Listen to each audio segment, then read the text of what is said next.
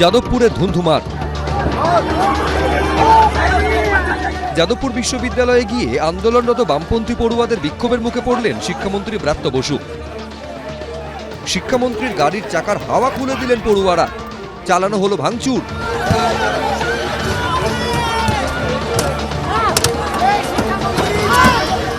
দেওয়া হলো go back slogan.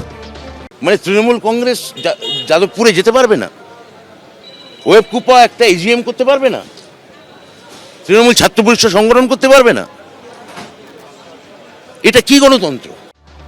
গন্ডগোলের মাঝে ঝরল রক্ত, ধরা পড়ল এই ভয়ঙ্কর ছবি।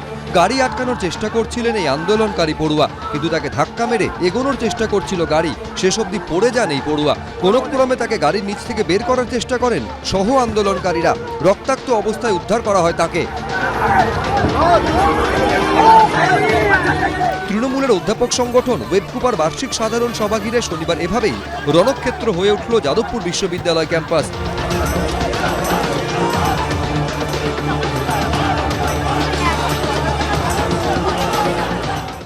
না না, একজনের ঢিল ছুড়লো, তারপর হাতে এসে দুজন এসে দুদিক থেকে ঘুষি মারলো। ঘুষি মারাতে এটা পুরোটা ভেঙে গেল। আমার ড্রাইভারের পুরো প্রথমে জামা কাছে ভেঙে গেল, তখন আমার এইটা মারলো। আমার কাছে যখন পুরোটা ভেঙে আমার গায়ে পড়লো, তখন আমার যে পেছনে একজন সিকিউরিটি ছিল, সে আমাকে টেনে পেছনে নিয়ে গেল। এই আর কি।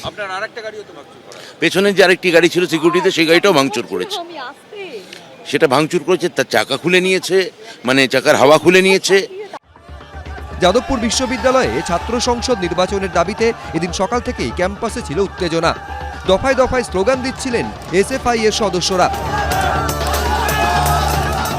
আমাদের ইউনিভার্সিটিতে আইসিসির ইলেকশন নিয়ে একটা ট্রাইপার্টাইট মিটিং হওয়ার কথা ছিল, এবং সেই মিটিংয়ে একটা ক্যাওস তৈরি হয়, যে ক্যাওসে তৃণমূলের কিছু লোকজন তাদের গাড়ি চালিয়ে দেয় আমাদের যাদবপুরের কিছু ছাত্রছাত্রীর ওপরে। এরপরই তৃণমূলের অধ্যাপক সংগঠন ওয়েবকুপা ও টিএমসিপির সদস্যদের সঙ্গে তুমুল অশান্তি শুরু হয় এসএফআই এর সদস্যদের।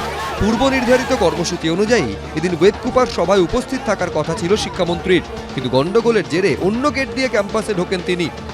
ওপেন এয়ার থিয়েটারে ব্রাত্য বসুর বক্তৃতা শুরু হওয়ার পর পুরোপুরি নিয়ন্ত্রণের বাইরে চলে যায় পরিস্থিতি। ব্যানার নিয়ে ওপেন এয়ার থিয়েটারের সামনে কার্নিশে উঠে পড়েন দুই আন্দোলনকারী।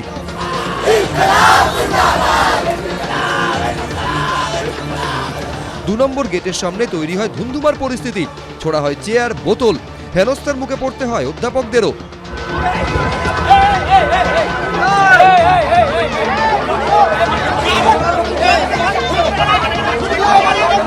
বাতিল হেরে যাওয়া সারা পৃথিবীতে পরিত্যক্ত একটি পতাকা, জীর্ণ পতাকা, সেটা তুলে নিয়েছে এখানে যাদবপুরে, নিজেদের অস্তিত্ব প্রমাণ করতে চাইছে।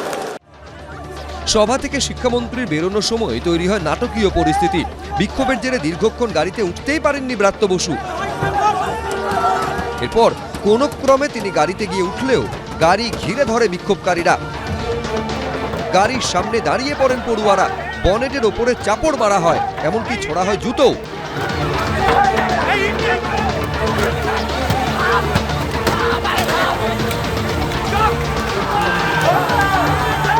কোন ক্রমে গাড়ি নিয়ে ক্যাম্পাস থেকে বেরিয়ে যান শিক্ষামন্ত্রী। গাড়ি নিয়ে সোজা চলে যান এসএসকেএম হাসপাতালে।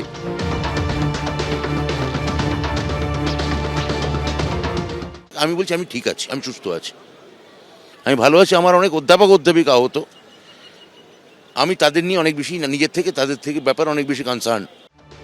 এই গন্ডগোলের মাঝেই ঘটে যায় রক্তারক্তি কাণ্ড।